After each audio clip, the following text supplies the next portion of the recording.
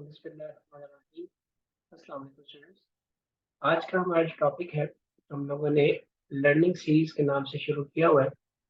आज हम first topic देखेंगे और आसान से एक टॉपिक है हमारे पास जिसका नाम है साउंड। तो साउंड क्या है, इधर से आज हमारा टॉपिक शुरू हो जाएगा। साउंड के बारे में सबसे पहला और इम्पोर्टेंट आपने लर्निंग बेस्ड क्वेश्चन याद रखना है। वो कुछ इस तरह से है। वो अक्सर फेडरल बोर्ड में आपसे सवाल कर रहता है कि sound is a form of wave. Sound क्या एक फॉर्म ऑफ क्या है, वेव है। फिर उसके बाद वो कहता है कि ये जो आप लोगों को पता है कि एक वेव है की फॉर्म है, कहता है list at least three reason या list at least three reasons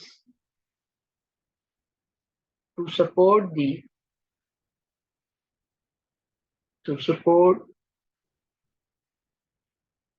the idea of sound is a wave। ये आपका बहुत इजी लेवल पर एक साउंड के टॉपिक से सवाल वो पूछता है। वो कहता है कोई से तीन आइडियाज से इस बात को सपोर्ट कर दें कि sound is a form of wave. ये ऑफ की जगह यहाँ पर अच्छा वर्ड रहेगा that. List at least three reasons to support that sound is a wave. अब इस क्वेश्चन के आंसर की तरफ अगर हम बढ़ते हैं तो आंसर में आप लोगों ने ये बात प्रूव करनी है कि sound is a form of wave. तो first and most important thing कि अगर ये वेव है तो इसको प्रोड्यूस करने के लिए हमें वाइब्रेशन करना जरूरी है। तो फर्स्ट आप इसका आइडिया ये देंगे कि sound waves are produced sound waves are produced by vibration. तो आप लोगों ने पहला अपना आइडिया पेश कर दिया और उससे आप सपोर्ट कर रहे हैं इस बात को कि जो साउंड क्या है ये एक फॉर्म ऑफ वेव है। और हमें पता है वेव के लिए बॉडी का वाइब्रेशन में आना जरूरी है। जब तक वाइब्रेशन नहीं होती है या डिस्टर्बेंस नहीं होती है तब तक वेव प्रोड्यूस नहीं होती है। फिर आपने इसको सेकेंड पॉइंट से लीड करना है कि अगर साउंड वेव है तो फिर ये ट्रांसफर करेगी एनर्जी को। तो हमें पढ़ रखा है कि साउंड फिर करेगी साउंड ट्रांसफर्स एनर्जी। और ये जो एनर्जी ट्रांसफर करेगी ये कैसे ट्रांसफर करेगी, from one place to another.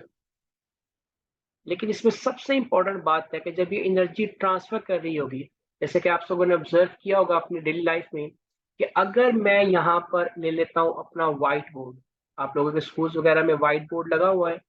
अगर मैं ये व्हाइट बोर्ड पे पास ये मैं खड़ा हो जाता हूँ और मैं इस पे अपने हाथ से व्हाइट बोर्ड पे नॉक करता हूँ, लेट सपोज क्लास शोर मचा रही है तो मैं अपने व्हाइट बोर्ड पर अपने हैंड को नॉक करता हूँ।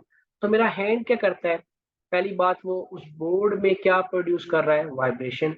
तो वहां पे एक वेव बनेगी जो कि साउंड वेव होगी। और अगर ये वेव है तो ये क्या ट्रांसफर करेगी, एनर्जी को ट्रांसफर करेगी। और ये कहाँ से करेगी, from one place to another. अक्सर आपने देखा होगा अगर यहाँ पे मेरे पास स्टूडेंट्स बैठे सारे, ये वो पोजीशन है जहाँ पर मेरे सारे स्टूडेंट्स बैठे हुए हैं, तो ये तमाम तो स्टूडेंट्स तक मेरी वॉइस चली जाएगी जब मैं क्या करूंगा, व्हाइट बोर्ड पर नॉक करूंगा। इसका मतलब व्हाइट बोर्ड पर किया है मैंने, और मेरा जो व्हाइट बोर्ड है उस पर नॉक करने से जो मेरे पास साउंड है वो एनर्जी लेके गई है। और वो कौन सी एनर्जी लेके गई है, साउंड एनर्जी। और वो कहाँ से लेके गई है, इस प्लेस से, जो प्लेस मेरे पास क्या है, व्हाइट बोर्ड, कहाँ तक, जहां पर आप सब लोग बैठे हुए थे। तो इसका मतलब sound transfer energy from one place to another. लेकिन सबसे इंपॉर्टेंट बात यह है कि वो जब ट्रांसफर कर देगी वन प्लेस से अनदर, लेकिन क्या नहीं ट्रांसफर करेगी, without the transferring of matter. सबसे इंपॉर्टेंट वर्ड इसमें मैंने हाईलाइट कर दिया है। जब आपने क्वेश्चन पेपर में भी ये आंसर करें तो इन वर्ड्स को आप इसी तरह से हाईलाइट कर दीजिएगा। ये वही लाइन समझते हैं, विदाउट ट्रांसफरिंग ऑफ मैटर। देखो हमें एक बात बताओ, जो व्हाइट बोर्ड है ये कौन सा मैटर है, ये एक सॉलिड स्टेट में है। क्या जब इसने एनर्जी ट्रांसफर की, कहाँ से ट्रांसफर की, व्हाइट बोर्ड से जहां पर मेरे स्टूडेंट्स बैठे हुए थे, क्या एनर्जी ट्रांसफर करने के साथ साथ क्या इसने अपने आप को चेंज किया? अपने आप को चेंज करने का मतलब ये है, क्या ये सॉलिड से अपने आप को लिक्विड या गैस में इसने अपने आप को कन्वर्ट किया? नो। इसका मतलब कि वहां पर जिस भी मीडियम, ये मीडियम है ना हमारे पास, जिस भी मीडियम में आपने डिस्टरबेंस की है या वाइब्रेशन की है, उसने एनर्जी तो ट्रांसफर कर दी, लेकिन उसने अपनी स्टेट को चेंज नहीं किया, अपने मैटर को चेंज नहीं किया। अगर वो सॉलिड में था तो वो सॉलिड में ही रहा, लिक्विड या गैस में चेंज नहीं हुआ। तो आपके 2 पॉइंट्स हो गए हैं। देन हम मूव करते हैं थर्ड पॉइंट पे, मैं इस तरफ लिख देता हूँ। थर्ड पॉइंट आपने कहना है कि अगर हमारे पास साउंड वेव है तो ये फिर वेव की प्रॉपर्टीज को भी फॉलो करेगी। तो हम लिख देते हैं third and most important point कि sound waves exhibits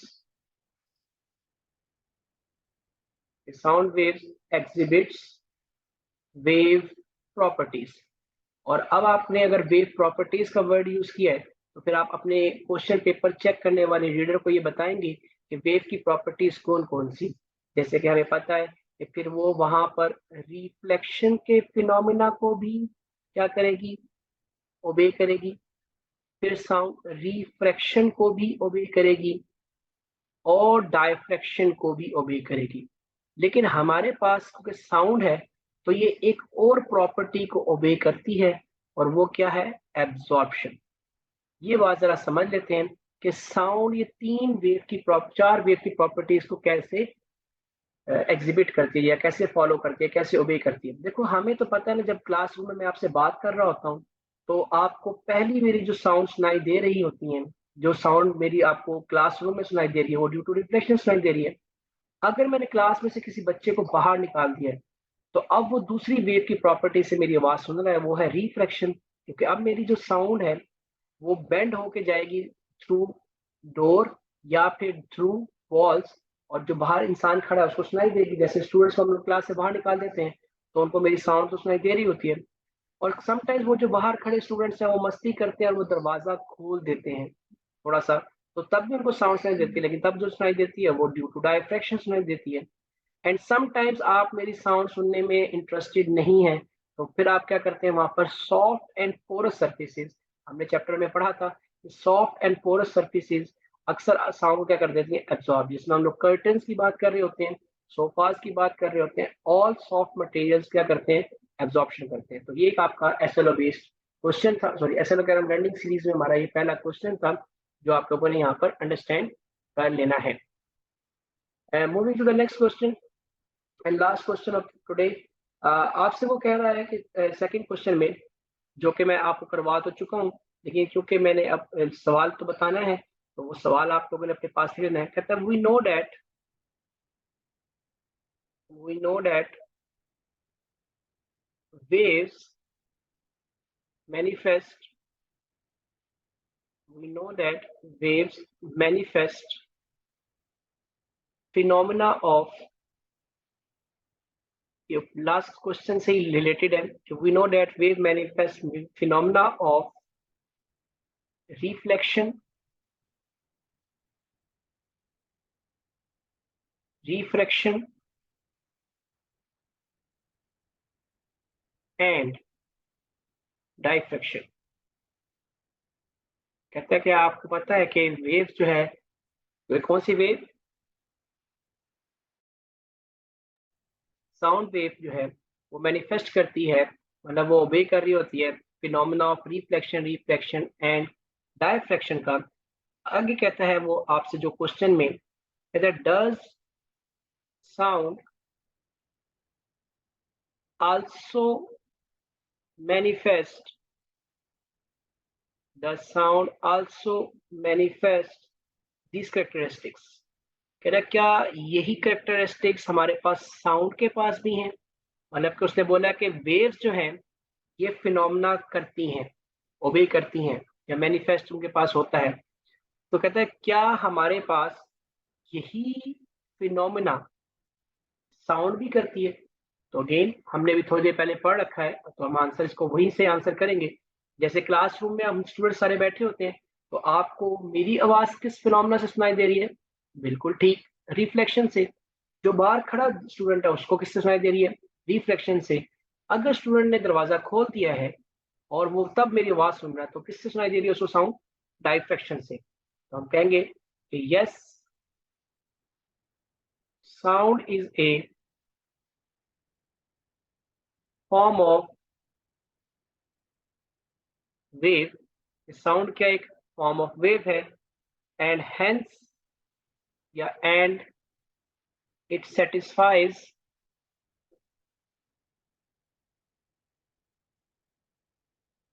all those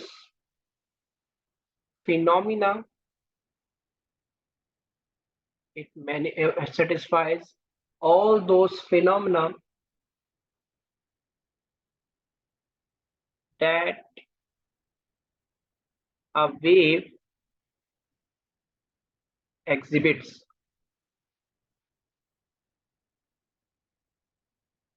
कि यहाँ पर वो साउंड सारे फिनोमिना को देखेगी, मतलब फॉलो करेगी। एग्जिबिट की स्पेलिंग चेंज करने, EXHIBIT, एग्जिबिट्स, मतलब सारी सेटिस्फाई करेगी फिनोमिना जो एक साउंड को मैनिफेस्ट, एक वेव को एग्जिबिट करने चाहिए। और देन हम इसका आंसर में इसको लीड करेंगे एक इंपॉर्टेंट पॉइंट से कि व्हेन वी क्लैप, कि हमने इसको जस्टिफाई करना है कि व्हेन वी क्लैप और शाउट, या तो हम क्लैप करें या शाउट करें, near a reflecting, near a reflecting surface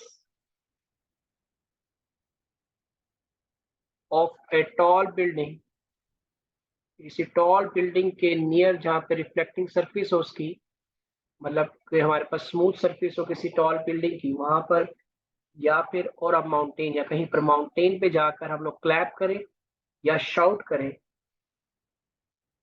mountain, we here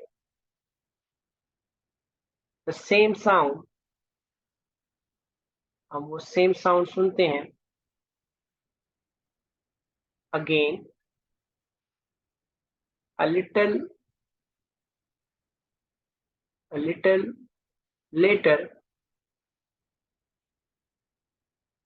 इस प्रॉपर्टी इज कॉल्ड, जो हमें लिटिल लेटर सुनाई दे रही होती है, इस प्रॉपर्टी को हम लोग बोलेंगे इस वेव की, is called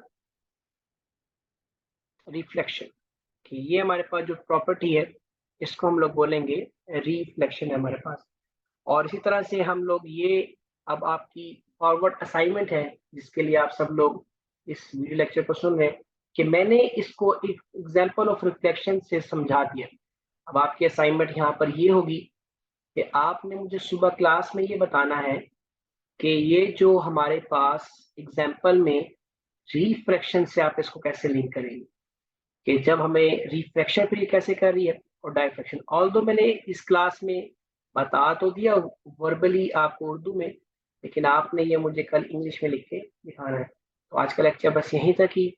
take very much care of yourself. अल्लाह हाफिज।